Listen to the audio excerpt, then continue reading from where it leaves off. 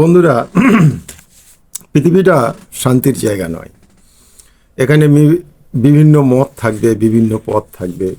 সামান্য একটা ছোট বিষয় নিয়ে মানুষ বিতর্ক করে, ফলে এখানে বিতর্কও থাকবে। সুতরাং কনফিউজড হলে হবে না, আপনাকে সত্য জানতে হবে। তো সত্য জানার পরে আপনার উপর অনেক প্রেশার আসবে, তারপরেও সত্য মানতে হবে। তো এত বাধা বিপত্তি থেকে আপনি সত্য জানবেন, এটাই হলো আপনার জন্য পরীক্ষা। এটাও একটা পরীক্ষা। আপনাকে বিভিন্নভাবে পৃথিবীতে পরীক্ষা করার জন্যই পাঠানো হয়েছে। আর তারপরেই মৃত্যুর পরে আপনি যেখানে যাবেন সেখানে শান্তিময় একটা গ্রহে। তো যাই হোক, আজকের একটি বিষয় আলোচনা করব। কুসংস্কার মুক্ত হতে হবে। ধর্মীয় কুসংস্কার মুক্ত না হলে বিপদ আছে। আর আমি যেটা মানব বা করব, সেটা সত্যিই স্রষ্টার তরফ থেকে কোনো আদেশ হয়েছে কি না, এটা আগে আমাদের জানতে হবে, তারপর সেটা করতে হবে। 3, যার মুখ দিয়ে আমি এসব শুনবো সে কতটা কালচার করে, কতটা পড়াশোনা করে, বা প্রত্যেক রিলিজিয়ানের উপরে তার কতটা জ্ঞান আছে, এসব বিষয়গুলো দেখার ব্যাপার আছে। তো সেই জায়গায় দাঁড়িয়ে মানে আপনি যদি স্টাডি করেন সব থেকে বেটার। তো যাই হোক, আজকে যেটা আলোচনা করব, আমাদের সমাজে ধরেন এক শ্রেণীর মানুষ আছে যারা নিজেকে সনাতনী বলে খুব গর্ব করে যে আমরা সনাতনী। সনাতন শব্দের অর্থ কী, এটাই তো অনেকে বোঝে না। সনাতন শব্দের অর্থ হলো আদি বা প্রাচীন। তা আদি বা প্রাচীন আর প্রথম, এই শব্দগুলোর মানে কি এক হয়? কেন বললাম কথাটা? সনাতন বলার অর্থ হচ্ছে, বলা হয় বৈদিক সনাতন ধর্ম। তা বৈদিক সনাতন ধর্ম মানে বেদের। তো বেদ কাদের কাছে এসেছিল? আর্যদের কাছে। তো কোন প্রফেটের মাধ্যমে এসেছিল? প্রফেট মনুর মাধ্যমে। মনুস্মৃতি পড়বেন, মনুস্মৃতিতে আছে। তো এই মনু, তার স্ত্রীর নাম ছিল শতরূপা। তো এই মনু মানবজাতির আদি পিতা আদম থেকে কত নাম্বার? 10ম পুরুষ ছিলেন প্রফেট মনু। মনুকে মুসলমানরা নূহ নবী বলে সম্মান করে, শ্রদ্ধা করে। তো এখন আপনি মাঝখান থেকে ধরছেন কেন? সনাতন যদি দাবি করতে হয়, একদম পেছনে মানবজাতির আদি পিতা আদম থেকে করুন সনাতন, তাহলে সেটা যুক্তিসঙ্গত হবে। রাম শ্যাম যদু মধু, আপনি সবকে ছেড়ে দিয়ে শ্যামকে ধরলেন মাঝখান থেকে, এটা তো ঠিক না। তাহলে সনাতন যদি দাবি করতে হয়, মুসলিমরা দাবি করতে পারে যে আমরা সনাতন, কারণ আদম থেকে তারা সব বিশ্বাস করে। তো যাই হোক, এখন আপনি যদি আরও 10ম পুরুষ পিছনে ফিরে যান, তো সেই আদমের যে নিয়ম শৃঙ্খলা বা তৎকালীন সময়ে ঈশ্বরের কাছ থেকে যে আদেশপ্রাপ্ত হয়েছিল, সেটাই যদি সনাতন ধরে নেন, সেটাই যদি সঠিক ধরে নেন, সেটাও তো একটা ভুল। কীরকম ভুল? আদমকে যখন পৃথিবীতে পাঠানো হলো, তার আগে বলে নিই, হিন্দু ধর্মে আদমের যে কথা আছে, মানে আর্যদের ধর্মে আর কি, সেটা হলো ভবিষ্য পুরাণে।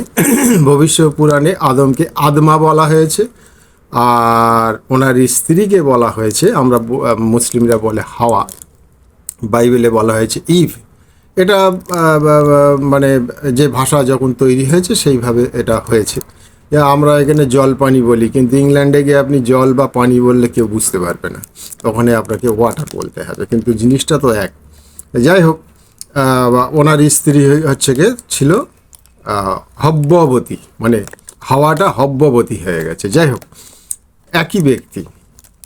তো এখন ওদেরকে পৃথিবীতে পাঠানোর পরে আপনার প্রত্যেকবারে জোড়ায় জোড়ায় সন্তান হয়েছে, কারণ তখন মানুষ তো সবে সৃষ্টি হচ্ছে, পৃথিবীতে ছড়াচ্ছে।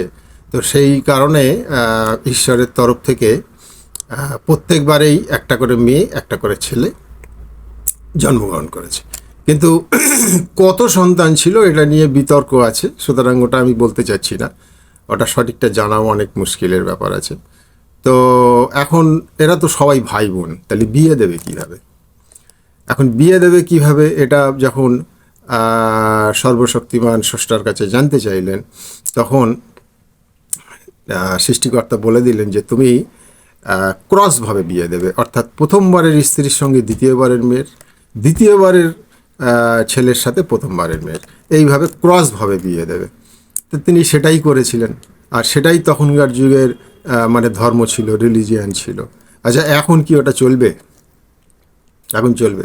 তাহলে তখন করেছিলেন একটা বিশেষ কারণে, এখন ওটা বাতিল হয়ে গেছে। কেন? এই যে বাতিল হয়েছে এটাই তো সায়েন্টিফিক। আবার তখন যেটা করেছিলেন এই ক্রসভাবে, তখন ওটাই সায়েন্টিফিক ছিল। কিন্তু একই সঙ্গে জন্মগ্রহণ করেছে ভাই বোন, তাদেরকে বিয়ে দেওয়া হলো, ওটা হলো অবৈজ্ঞানিক। তাহলে এটা বুঝতে হবে আমাদের, সনাতন সনাতন করে লাফালে হবে না। সনাতন মানে সব থেকে বেশি কুসংস্কার থাকে তাতে, কারণ তাতে সব থেকে বেশি ধর্মগুরুরা কুসংস্কার ঢুকিয়ে দিয়েছে, এর প্রমাণ যথেষ্ট আছে। এই নিয়ে আপনার বিবেকানন্দ অনেক মন্তব্য করেছে, আমি ভিডিও বড় হয় বলে সেগুলো আর বলছি না। যাই হোক, এইসব বিষয়গুলো মনে রাখতে হবে। আর রিলিজিয়ানের যে বিষয়টা, যেটা ঈশ্বরের তরফ থেকে আসে, সেটা এক জায়গায় দাঁড়িয়ে থাকে না। টোটাল সংবিধানটা আদম থেকে আর এই হজরত মুহাম্মদ সাল্লাল্লাহু আলাইহি সাল্লাম পর্যন্ত এসে কমপ্লিট হয়েছে। এইবারে আদমের সময়ে যে আরও অনেক নির্দেশ ছিল, সেগুলো কি সব বাতিল হয়ে গেছে? না, সব বাতিল হয়নি। যেমন আদমের নির্দেশ দিয়েছিল যে তোমার সন্তানদেরকে বলো যখন তারা একে অপরকে দেখবে তারা যেন সালাম বিনিময় করে, আসসালামু আলাইকুম, তোমার উপরে ঈশ্বরের শান্তি বর্ষিত হোক, ওয়ালাইকুম আসসালাম, তোমার উপরেও ঈশ্বরের শান্তি বর্ষিত হোক। এটা তো আজও আছে। সুতরাং সব বাতিল হয়ে গেছে তা তো না। আপনি এটা মানলেও তো সনাতন মানা হবে।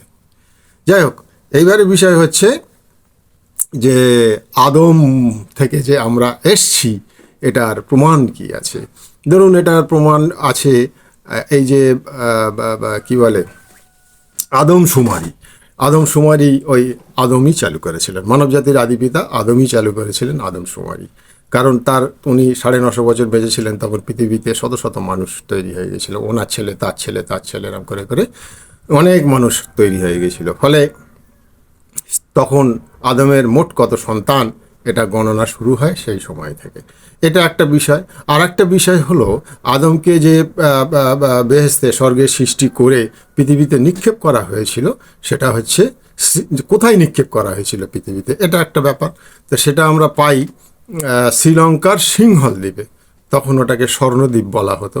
তো সেখানে একটা 6 ফুটে পায়ের ছাপ আজও আছে। আপনারা গুগলে সার্চ দিলে বা এই নিয়ে অনেক ভিডিও আছে, দেখে নেবেন। সেই ছাপকে মুসলিমরা, খ্রিস্টানরা, ইহুদিরা সবাই বলে ওটা আদম আলাইহিস সালামের পায়ের ছাপ, এবং হিন্দু ধর্মে মানে আর্যরা বলে যে এটা হচ্ছে কি শ্রীকৃষ্ণের পায়ের ছাপ।